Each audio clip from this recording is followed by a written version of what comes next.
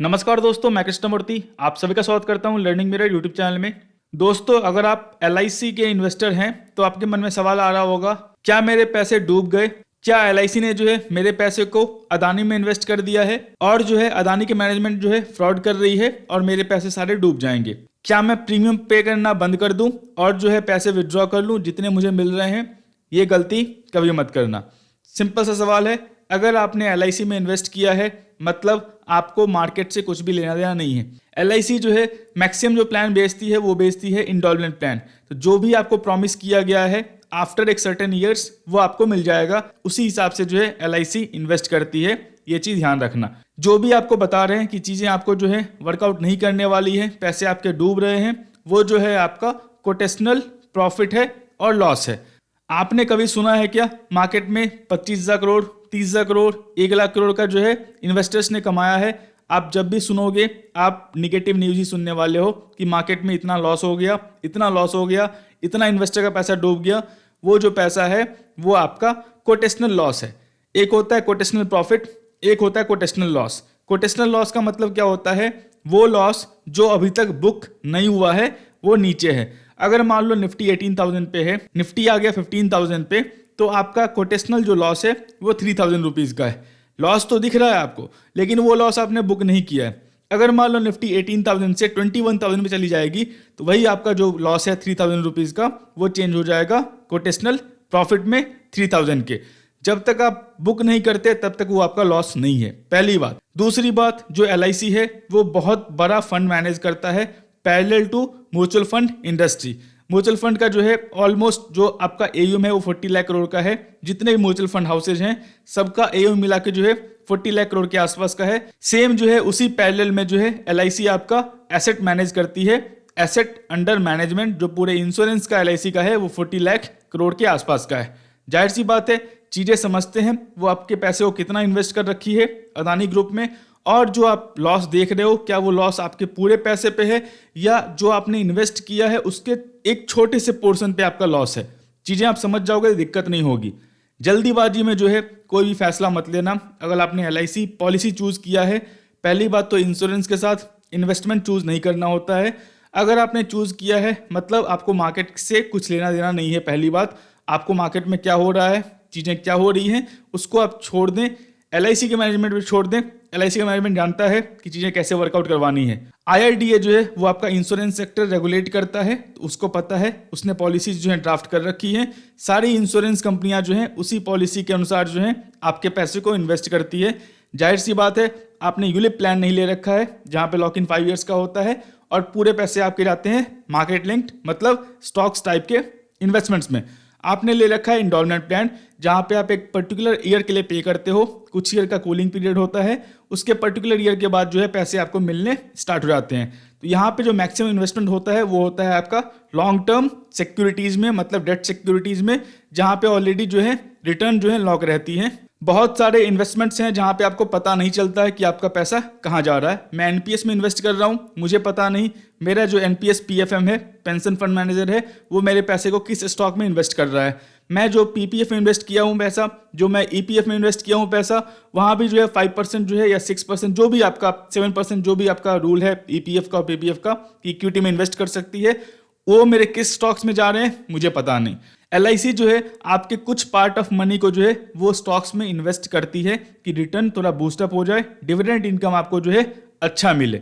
यहाँ पे कुछ स्टॉक्स चल सकती हैं, कुछ स्टॉक्स नहीं चलती हैं। जाहिर सी बात है, आप रोबोट से डील नहीं कर रहे कि 2+2 होगा तो 4 ही होने वाला है। यहाँ पे आप साइकोलॉजी से डील कर रहे हो, यहाँ पे इंसान से डील कर रहे हो। इंसान मतलब 2+2 = 22 भी हो सकता है और 2+2 = -400 भी हो सकता है स्टॉक मार्केट में, समझ गए? तो ये जो है कोई कंफर्म नहीं है कि पैसा आपका बनना ही बनना है स्टॉक मार्केट में। इसीलिए आपने चूज किया है LIC को, जहां पे एक पर्टिकुलर अमाउंट पे करने के बाद आपको श्योरिटी होगी एक पर्टिकुलर पीरियड के बाद जो है मुझे इतना पैसा मिलने वाला है। डिविडेंड मिला के शायद वो ज़्यादा हो सकता है, डिविडेंड घटा के शायद वो कम हो सकता है, डिपेंड करता है। वो पॉलिसी जब आप लेते हो उस समय वो लिखी होती हैं। तो यहाँ पे आपको श्योरिटी है कि पैसे आपको जो है मिल जाएंगे। अब वो इन्फ्लेशन बीट करेगा नहीं करेगा वो अलग कंसर्न है। पहले आप समझे कि पैसा आपका कितना सेफ है LIC के साथ। मैं आपको जो है यस बैंक सागा केस बताने वाला हूं, जो मैं 2018 में देखा हुआ था अपने आंख के सामने। DHFL, Yes Bank, PC Jewellers, Gitanjali Gems, या आप नाम ले लो, क्या बोलते हैं आपका, वकरंगी का, मनपसंद का, जो मेरे सामने कंपनियां आई हैं, कंपनियां डूब गई हैं। म्यूचुअल फंड के इन्वेस्टमेंट्स 5% थे। ऐसा नहीं कि LIC का ही इन्वेस्टमेंट आपका सिर्फ अदानी में है। म्यूचुअल फंड हाउस के आपका इन्वेस्टमेंट था, उसमें 5% का, 6% का, स्टॉक की बात बोल रहा हूँ, जहाँ पे पैसे आपके डूबे हैं। तो वो भी चीज़ें आपको ध्यान रखनी होगी। ऐसा नहीं है कि LIC जो है चीज़ें वर्कआउट नहीं कर रहा है या फिर मान लो वो गलत काम कर रहा है। यहाँ पे आप डील नहीं कर सकते, मतलब आप रोबोट से डील नहीं कर रहे हो कि जो भी चीज़ें आप इन्वेस्ट करो, जो भी चीज़ें आप डालो, वो जो है बिल्कुल सही जाए। यहाँ पे इंसान से डील कर रहे हो, चीज़ें सही भी हो सकती हैं, चीज़ें गलत भी हो सकती हैं। डिपेंड करता है मैनेजमेंट का जो इथिक्स है, मैनेजमेंट का जो फिलॉसफी है, वो इन्वेस्टर के सेंट्रिक है या नहीं है, इन्वेस्टर की भलाई चाहता है या नहीं चाहता। नहीं तो DHFL देख लो, आप वकरंगी देख लो, यस बैंक देख लो, चीज़ें वाइप्ड आउट हुई हैं, म्यूचुअल फंड इंडस्ट्री में हुई है, पर्सनल इन्वेस्टमेंट में हुआ है। बस आपको ध्यान इतना रखना है कि आप गलती उतनी छोटी करो कि आपको दिक्कत ना हो। इसके बारे में पूरा बताने वाला हूँ, चीज़ें आप समझ जाओगे। पहले देखते हैं LIC के बारे में और चीज़ें कैसे वर्कआउट कर रही हैं। LIC का जो टोटल इन्वेस्टमेंट्स है अदानी ग्रुप कंपनीज में, वो है 35,917 करोड़ का, ऑलमोस्ट 36,000 करोड़ का। और उसका जो वैल्यू है, जो इन्वेस्टमेंट्स किया हुआ है, ये जो है आपका इन्वेस्टमेंट्स पार्ट वाइज में हुआ है। पार्ट वाइज मतलब अभी थोड़ा बहुत, फिर थोड़ा बहुत, जैसे आप सिप करते हो वैसे जो है इसका इन्वेस्टमेंट्स हुआ है। और उसका वैल्यू जो है फिलहाल अभी 56,142 करोड़ का है मार्केट गिरने के बाद। अब 27 जनवरी तक का जो है टाइम फ्रेम है ये आपका। 27 जनवरी तक जो है वैल्यू है वो 56,142 करोड़ का है। तो यहाँ पे आप देख सकते हो, सिंपल है, जो भी आपका इन्वेस्टमेंट गया हुआ है अदानी के डेट फंड में भी, वो AA रेटेड है, जिसको जो है रेटिंग एजेंसी रेट करती है। तो यहाँ पे ऑलमोस्ट जो इन्वेस्टमेंट है आपका 36,474 करोड़ का है। यहाँ पे देख लो, जो सबसे अच्छी बात है, यहाँ पे LIC का टोटल AUM जो है 42 लाख करोड़ के आसपास का है।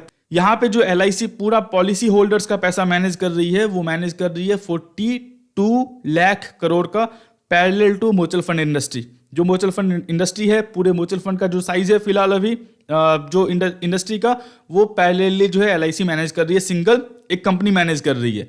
41.66 लाख मतलब अप्रॉक्सीमेटली 42 लाख जो आपका इन्वेस्टमेंट्स है, उसमें जो है आपका सिर्फ 0.975% जो है अदानी ग्रुप कंपनीज में है। ये चीज़ समझना पहली बात क्या है। यहाँ पे बता रहा हूँ कि मान लो आपके पास 100 रुपीज़ हैं और आपने 1 रुपीज़ वैसे कंपनी में लगा दिया। एग्जाम्पल बोलता हूँ, अदानी के तो बहुत सारी चीज़ें आपको दिख रही हैं। अदानी पोर्ट्स दिख रहा है, अदानी आपका एयरपोर्ट्स दिख रहे हैं, अदानी के आपको विल्मर के जो भी प्रोडक्ट हैं FMCG में वो दिख रहे हैं।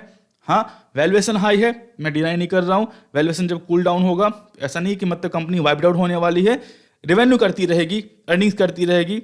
वैल्यूएशन जो जस्टिफाई होता है हर कंपनी का, वो आपको जो है देखना पड़ेगा। आपने जो है कंपनी खरीदा हुआ है 3000 के प्राइस पे अदानी ग्रीन को, जिसका वैल्यूएशन आपको अप्रोक्सीमेटली जो है उस कैटेगरी में जो है आपका 20,000 करोड़ के आसपास का है। 15 टाइम्स अपने ऊपर शेयर खरीद रखा है, तो चीज़ें जो है गलत हो सकती हैं, शायद ये ऐसा डिनाई नहीं कर सकता हूँ। आपको वैल्यूएशन करेक्ट होंगी तो पैसे आपको 80% 90% नीचे आते हुए दिख सकते हैं। सिंपल है, इनके क्राइटेरिया होते हैं। जो भी IRDA है, आप म्यूचुअल फंड में जाओगे तो इससे भी जो भी क्राइटेरिया फुलफिल करती है, उस कंपनी में इन्वेस्ट करना होता है। 100 रुपीज़ में आपका सिर्फ 0.975% मतलब ऑलमोस्ट 1% के आसपास जो पैसा है आपका, वो अदानी ग्रुप कंपनीज में इन्वेस्टेड है। एग्जाम्पल बोलता हूँ कि ये सारी की सारी पैसे आपके डूब गए, सारा का सारा जो आपका इन्वेस्टमेंट है LIC का, मान लो अदानी कंपनी ही डूब गया। एग्जाम्पल बोलता हूँ जो कि होने वाला नहीं है, एग्जाम्पल बोलता हूँ कि डूब गया, तो आपके पैसा क्या होगा। आपने 100 रुपीज़ इन्वेस्ट किया है, 100 रुपीज़ में आपका 1 रुपीज़ का लॉस हुआ, 99 रुपीज़ हैं आपके पास। 99 रुपीज़ मान लो 5% रिटर्न देता है, तो कितना रिटर्न होगा आपका, ऑलमोस्ट 4 रुपीज़ 95 पैसे का। आपका लॉस कितना हुआ है, 1 रुपीज़ का, तब भी जो है आपका चीज़ें जो है वर्कआउट करेगा। मैं पूरा एग्जाम्पल बताऊंगा यस बैंक में क्या हुआ था, चीज़ें आप समझ जाओगे। तो समझ गए, जो आपका इन्वेस्टमेंट्स है आपके पैसे का, वो सिर्फ 1% ही है। इसको बोलते हैं रिस्क मैनेजमेंट, जो म्यूचुअल फंड हाउस करती है, जो आपका LIC करती है फंड मैनेजर को साथ लेके। हाँ, अगर आपने पूरे पैसे डाल रखे हैं अदानी ग्रुप के कंपनीज में, ये आपका पर्सनल इन्वेस्टमेंट्स है, और वहाँ कुछ गलत होता है तो वहाँ पे रिस्क है। लेकिन जो म्यूचुअल फंड हाउसेज हैं, जो LICs हैं, वो आपके पैसे को डिस्ट्रीब्यूट करती है डिफरेंट एसेट क्लास में, कि मतलब यहाँ से मुझे थोड़ा रिटर्न ज़्यादा चाहिए तो जहाँ पे रिस्क ज़्यादा ले लो, यहाँ पे मुझे रिटर्न कम चाहिए तो रिस्क कम ले लो। तो वहाँ पे वैसे आपका पैसा जो है इन्वेस्ट हो रहा है। आपका 100 रुपीज़, ओनली 100 रुपीज़ में 1 रुपीज़ जो है वो अदानी ग्रुप कंपनीज में इन्वेस्टेड है। ये भी अभी प्रॉफिट में है, ऐसा नहीं है लॉस में है। इन्वेस्टेड अमाउंट है ऑलमोस्ट आपका 36,000 करोड़ के आसपास, और प्रॉफिट जो है, जो आपका गेन हो रहा है उस स्टॉक्स पे, उसका जो वैल्यू है आपका वो है 56,000 करोड़ के आसपास, मतलब 20,000 करोड़ के आसपास जो है प्रॉफिट में बैठा हुआ है LIC आपके पैसे पे। ये चीज समझ गए? तो आप जो है न्यूज के बेसिस पे जो है आप अपना डिसीजन चेंज मत करें। अगर मैं बोलता हूं, अगर आप LIC से पैसे अभी निकालते हो और मार्केट में आते हो, मैं बेट करता हूं आप 2 साल ही पैसे जो है आप सस्टेन नहीं कर सकते, उसको ग्रो नहीं कर सकते। अगर मान लो मार्केट में डाउनफॉल आता है तो चीजें आपके आउट ऑफ कंट्रोल रहेंगी, क्योंकि ये फर्स्ट टाइम है, आपका मार्केट एक्सपीरियंस ही फर्स्ट टाइम है, और चीजें आप समझ नहीं पाओगे। तो जहां पे पैसा है वहीं पे रहने दे। आपने LIC इसीलिए चूज किया है कि बाकी आपको इन्वेस्टमेंट्स के बारे में कुछ जानकारी नहीं है। आपको जो प्रॉमिस रिटर्न चाहिए, प्रॉमिस रिटर्न आपको मिल जाएगा। थोड़ा बहुत ऊपर नीचे हो सकता है, वो हर इन्वेस्टमेंट में होता है, गारंटीड कहीं भी नहीं होती आपको। अगर आप नए हो मार्केट में, यस बैंक आप देख रहे हो 17 रुपीज़ का प्राइस है, स्टॉक प्राइस है, या फिर 1 साल पहले वाले इन्वेस्टर हो, तो आप बहुत नए हो मार्केट में। मैं एग्जांपल बोल रहा हूँ, मेरे आंखों के सामने जो हुआ था वो बता रहा हूँ। 2018 की बात है, 18 का बात है, मतलब ये ऑलमोस्ट 400 के आसपास स्टॉक गया हुआ था, नेट 400 के आसपास गया हुआ था। यहाँ पे आपको दिखा रहा है 393 के आसपास, लेकिन जिस दिन ये गया हुआ था वो गया हुआ था 400 के आसपास। नेक्स्ट डे न्यूज़ आई हुई है यस बैंक में, और यस बैंक वहाँ से लेके अभी तक का देख लो, इन्वेस्टमेंट जो है आपका 96% डाउन है। अगर आप सिर्फ यस बैंक में इन्वेस्ट किए होते आप 100 रुपीज़, आपका 96 रुपीज़ का लॉस होता। ऐसा नहीं है म्यूचुअल फंड हाउस जो है 2018 में यस बैंक में इन्वेस्ट करके नहीं बैठी हुई थी, बिल्कुल बैठी हुई थी, लेकिन वहाँ पे उसका इन्वेस्टमेंट कितना था? 2%, 3%।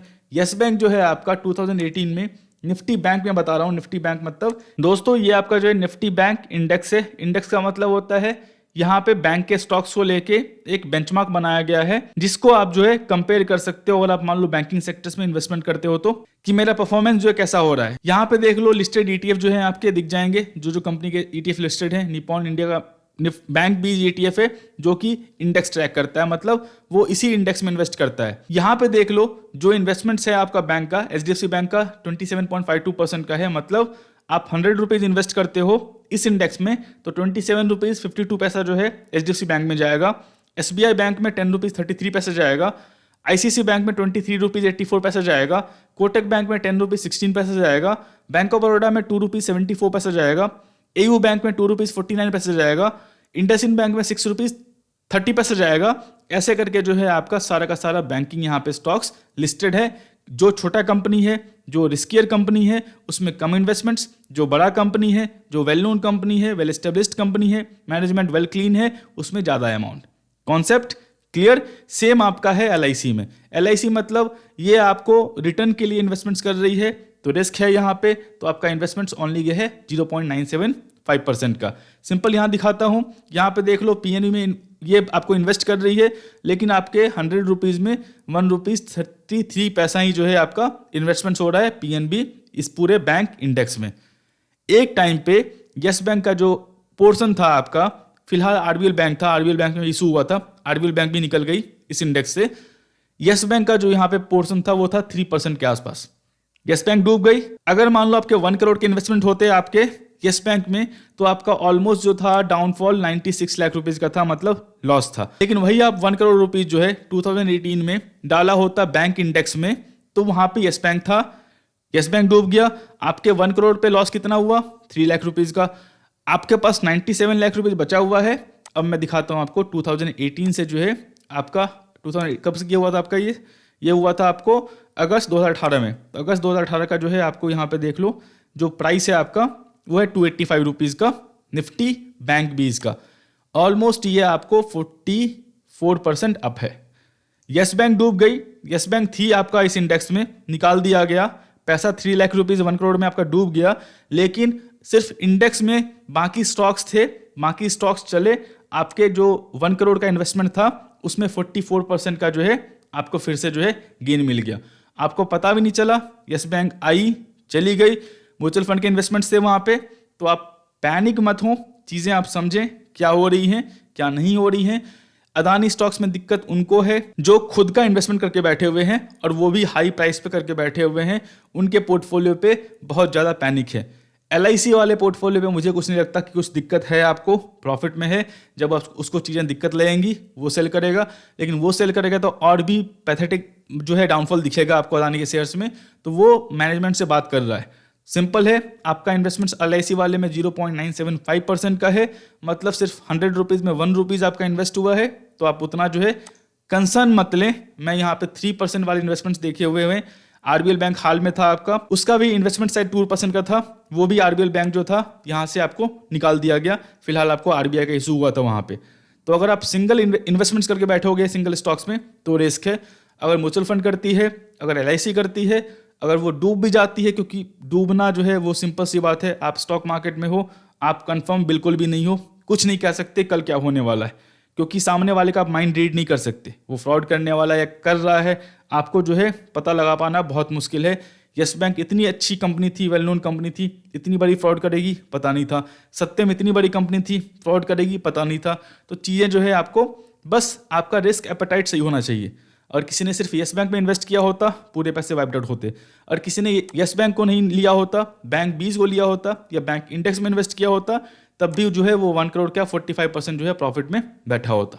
Concept clear? क्योंकि ये मेरा लाइव एग्जाम्पल है, चीज़ें मैंने लाइव देखी हैं, तो मैं आपको बता रहा हूँ लाइव ये क्या हो रहा है। अब चीज़ें आपको पैनिक मत हो, कितना लॉस हो गया, 50,000 करोड़ का लॉस हो गया, होने दें।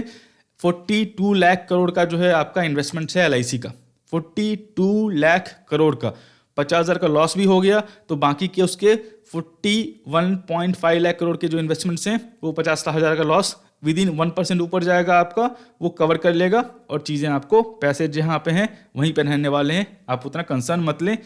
प्रीमियम पे करना ही करना है, विड्रॉ करना है। दिक्कत है LIC के सारे प्लान इंडॉलमेंट प्लान है, अगर आप प्रीमियम नहीं पे करोगे तो जितने पैसे आपने इन्वेस्ट किए हुए हैं वो सारे के सारे चले जाएंगे या बहुत कम मिलेंगे। तो जो भी आपका रिस्क एंड रिवॉर्ड हो पॉलिसी का वो आप देख लेना, मैं तो नहीं बोलूँगा। अगर आपने 4 साल 5 साल पे कर दिए हैं, कंटिन्यू रखें, दिक्कत नहीं होने वाली। जो चीज़ें हैं चलने दें, न्यूज़ आपको आ रही हैं देखें, इंटरटेन हो, इग्नोर करें। दोस्तों मैं आशा करता हूँ वीडियो अच्छा लगा हो, वीडियो अच्छा लगा लाइक करें, सब्सक्राइब करें, शेयर करें। तब तक के लिए दोस्तों धन्यवाद।